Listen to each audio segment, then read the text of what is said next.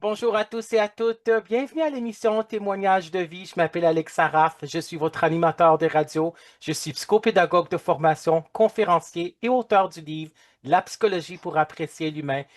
La vie est belle et simple. Ce sont les gens qui la rendent triste et compliquée, qui a été publié chez Béliveau Éditeur en septembre 2017. L'émission des radios Témoignages de vie est une émission des radios humaines, comme on le dit si bien à la station de radio de Lévis, CJMD 96,9 FM. Ça veut dire que c'est une émission de radio centrée sur l'être humain. Et j'ai le plaisir, le grand honneur, le grand bonheur de recevoir des personnalités politiques, des personnalités publiques, des invités spéciaux tels que les psychologues, les sociologues, des humoristes, chanteurs et ainsi de suite. L'émission des radios témoignages de vie va être diffusée pour les prochaines années. On est juin 2025, on enregistre aujourd'hui l'émission de radio. Ça va être diffusé pendant plusieurs années avec les diffusions et les rediffusions pour les trois stations de radio suivantes. Donc, vous écoutez présentement CJMD 96,9 FM, la radio de Lévis, ou vous écoutez CKZW, Radio Shalom, Montréal 1650 AM officiel, ou vous écoutez Radio Webfree sur le site web radiowebfree.com. Je suis aussi sur les réseaux sociaux. Vous pouvez vous abonner à ma chaîne YouTube, Alex Saraf, auteur, animateur de radio, conférencier. Et aussi, j'ai ma page professionnelle Facebook, Alex Saraf, écrivain. Et aussi ma page professionnelle LinkedIn. Là, j'ai plus que 2700 abonnés sur ma page LinkedIn. La plupart, ce sont des journalistes et des gens qui sont dans les médias. Et mon courriel, c'est alexaraf341@gmail.com. Donc, voilà.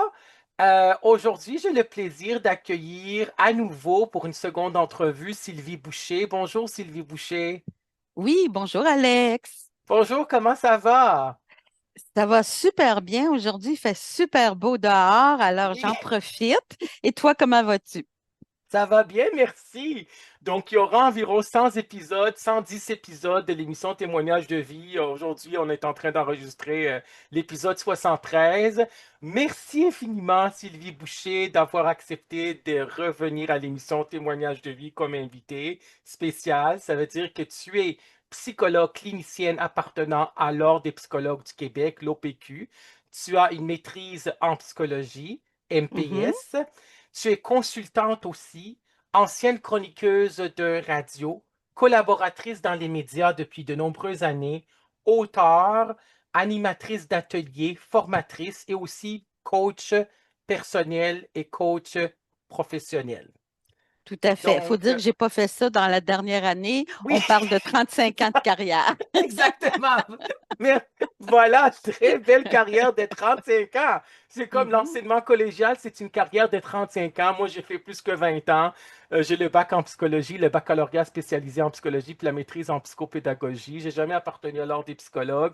J'ai aussi écrit un livre, mais je vais montrer ton livre en premier. Le pouvoir Merci. de créer sa vie de Québécois. C'est une ancienne version que Oui, j'avais oui, acheté oui. comme livre usagé dans le temps, un peu plus que 15 ans de ça, et je l'ai OK. gardé.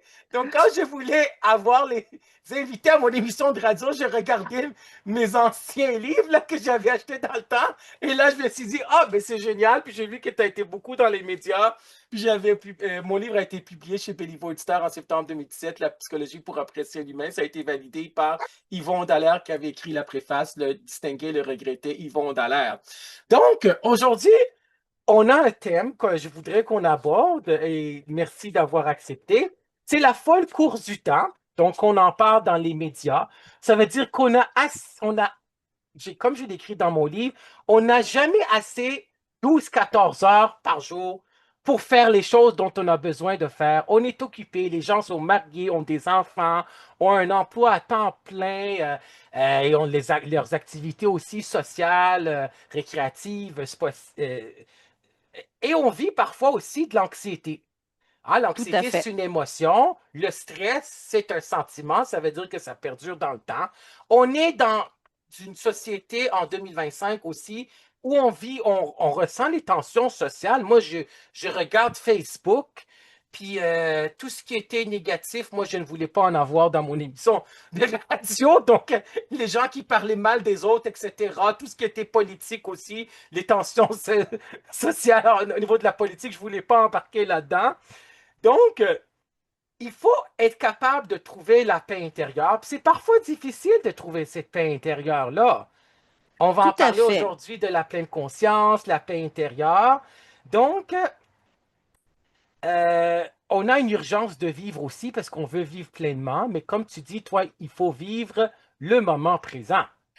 Ben, en fait, ce qui arrive, c'est que notre monde actuel est très anxiogène. Il y a beaucoup de choses qui se passent. Le changement climatique, les guerres, les problèmes financiers, bon, tout ça. Et ça, on a plus ou moins de contrôle là-dessus. Donc, Hmm, quelque part, il faut mettre notre énergie là où là, on a du contrôle. Ça, c'est pour l'environnement. oui, Il y a aussi le fait que on a, comme tu disais, un quotidien extrêmement chargé et qui va très, très rapidement, ça aussi. Et je te dirais que c'est trop vite pour la santé humaine. Honnêtement, là, on n'a jamais vu autant d'enfants et de chiens. Moi, j'ai des chiens maintenant, j'ai fini d'élever ma fille. oui, On n'a jamais eu autant d'enfants et de chiens et d'animaux et de situations où tout le monde est stressé parce qu'on se dépêche. Euh, et ça, pourtant, je veux dire, quelque part, là, on a le même temps qu'on avait autrefois, 7 jours par semaine, 24 heures par jour. Alors, il se passe quelque chose qui est pas dans le temps, c'est pas le temps qui a changé, c'est la vitesse sociale. Mais la vitesse sociale, il faut pas oublier que c'est nous autres qui la produit, hein. C'est comme, on a l'impression, ben, faut que j'embarque dans la vitesse parce que ça va vite, mais en même temps, si je ralentis puis que tout le monde ralentit, à un certain moment donné, la société aussi va ralentir. Alors, c'est de trouver le juste équilibre et cet équilibre-là, il est personnel. oui. Pourquoi c'est personnel? C'est parce que la réalité, je sais que ça a l'air drôle à dire, là, mais la réalité, elle n'est pas la même pour tout le monde, dans Hmm, le sens où c'est ma perception de la réalité qui fait une différence. Donc, si par exemple, moi, je regarde ma journée, puis évidemment, comme tout le monde, j'ai un horaire assez chargé, puis que là, je regarde ça, puis que je me dis, oh mon Dieu, j'ai tout ça à faire avant telle heure, je ne sais pas comment je vais faire, puis là, il faut que je fasse ci, puis il faut que je fasse ça, puis il faut que je me dépêche. C'est sûr qu'avant de commencer ma journée, je vais déjà être essoufflée. Alors que si je regarde ma journée, puis je me dis, oh, OK, j'en ai une bonne aujourd'hui, d'accord. De toute façon, ils sont toujours bonnes, hein. J'ai une bonne journée, donc je vais commencer une chose à la fois et je ne vais pas me dépêcher de faire de cette première activité-là pour me rendre à la deuxième. Je vais faire celle-là. On a plein d'outils de gestion du temps, puis c'est important, mais c'est beaucoup, si je me dépêche dans ma tête, c'est comme si je dépensais 2 fois plus d'énergie. hmm. Je dépense l'énergie pour ce que je fais, plus l'énergie de me dépêcher alors que je ne vais pas plus vite. Et au contraire, on fait beaucoup de blagues sur les hommes qui sont capables de faire juste une chose à la fois et les femmes qui sont capables de faire plusieurs choses à la fois. Désolée, mesdames, on n'est pas capable de faire plusieurs choses à la fois.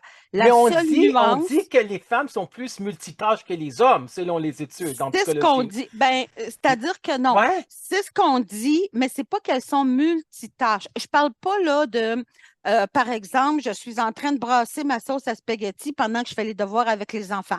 Si j'ai 2 tâches, dont une qui demande la concentration, puis l'autre qui demande zéro concentration, ça, je peux faire du ah, multitâche. ok, je comprends. Mais si j'ai 2 tâches qui demandent la concentration, je ne peux pas les faire. Ce que je vais faire, c'est que je vais donner la moitié de l'attention à un, la moitié à l'autre, donc je ne serai pas très efficace, ni dans un ni dans l'autre. Ce qu'on fait souvent quand les 2 tâches sont importantes, c'est qu'on se promène de un à l'autre très rapidement. Fait qu'on Oui, a l'impression qu'on les fait ensemble. Mais ce n'est pas une bonne idée parce qu'à chaque fois, il faut que mon cerveau se dépêche de me rappeler qu'est-ce que je faisais parce que je viens de quitter l'autre tâche. Donc, je perds du temps et surtout beaucoup d'énergie. Alors ça, là, le multitâche, c'est vraiment, je ne sais pas, moi, je suis en train de mettre mes bas et je surveille l'enfant pas qu'il tombe. Normalement, mettre mes bas ne devrait pas me demander beaucoup de concentration. Donc, je devrais être capable de surveiller l'enfant pas qu'il tombe. Mais s'il faut que je fasse les devoirs d'un et les devoirs de l'autre en même temps, ça, je ne serai pas capable. oui. Alors, c'est important de le comprendre parce que Il y a des mythes hein, qui se promènent, des histoires, là, autrefois on disait l'histoire du capitaine Bonhomme, ou là, je te dirais les contes de fées ou les contes d'horreur. Oui, on est multitâche, oui, on peut faire ci, avec un ordinateur, c'est plus facile. Non, non, non, non, non, c'est pas vrai ça. Alors, c'est important de se rendre compte que j'ai pas le contrôle sur l'extérieur, j'ai peut-être même pas le contrôle sur ce qu'on me demande, toutes Mm. les demandes qu'on me fait, mais je peux quand même choisir à quelle demande je vais répondre et dans quel ordre. Autrement dit, c'est quoi mes priorités? Et je fais une de ces choses-là à la fois. Oui, il faut que je gère mon temps parce que je peux pas, tu sais, comme avec toi, ben, j'ai jusqu'à telle heure, puis après ça, ben, je passe à autre chose. Fait que j'ai pas besoin de me dépêcher pour être avec toi parce que j'ai jusqu'à telle heure, puis à telle heure, on arrête, puis je passe à l'autre. Alors, tu vois, c'est cette organisation. Mais là, on parle d'organisation du temps, mais le plus important, c'est d'éduquer mon cerveau à m'obéir. Au lieu de que moi, je le laisse aller où il veut et que je le suive, ce qui n'est pas une bonne idée, je lui demande de m'obéir et de dire, là, on fait ça, rien d'autre. Et ça, c'est ce qu'on appelle gérer son attention. Et une des façons d'apprendre à bien gérer son attention, c'est la pleine conscience. Oui, on va en Et parler de la pleine oui, conscience, mais c'est vrai ce que tu dis, Sylvie Boucher. Qu'est-ce qui m'appartient puis qu'est-ce qui m'appartient pas? Qu'est-ce que je peux contrôler? C'est Rother qui a parlé du lieu de contrôle interne puis du lieu de exactement. contrôle externe. Le C'est en plein hasard, la ça. chance, la malchance, on peut rien y faire. L'environnement dans lequel on travaille, c'est à l'extérieur de nous. On peut pas changer chaque personne. On peut pas changer tout le monde. On peut changer une personne à la fois. Puis il faut se changer soi-même avant de pouvoir changer les autres, là. Ça, c'est Exactement. important. Donc, c'est vrai ce que tu dis. Donc, la pleine conscience, c'est vivre le moment présent. Ça, Entre autres, oui, peux-tu nous c'est en ça. parler? En fait, les gens ils disent, oui, mais moi, je ne peux pas méditer parce que je ne suis pas capable de vider ma tête. On ne veut pas vider notre tête. On veut juste. Moi, j'aime beaucoup les chiens ces temps-ci, là. Oui, Comme si j'ai un chien, des fois, je le laisse lousse, c'est-à-dire j'ai une longe, puis je le suis, puis il se promène où il veut, puis c'est correct.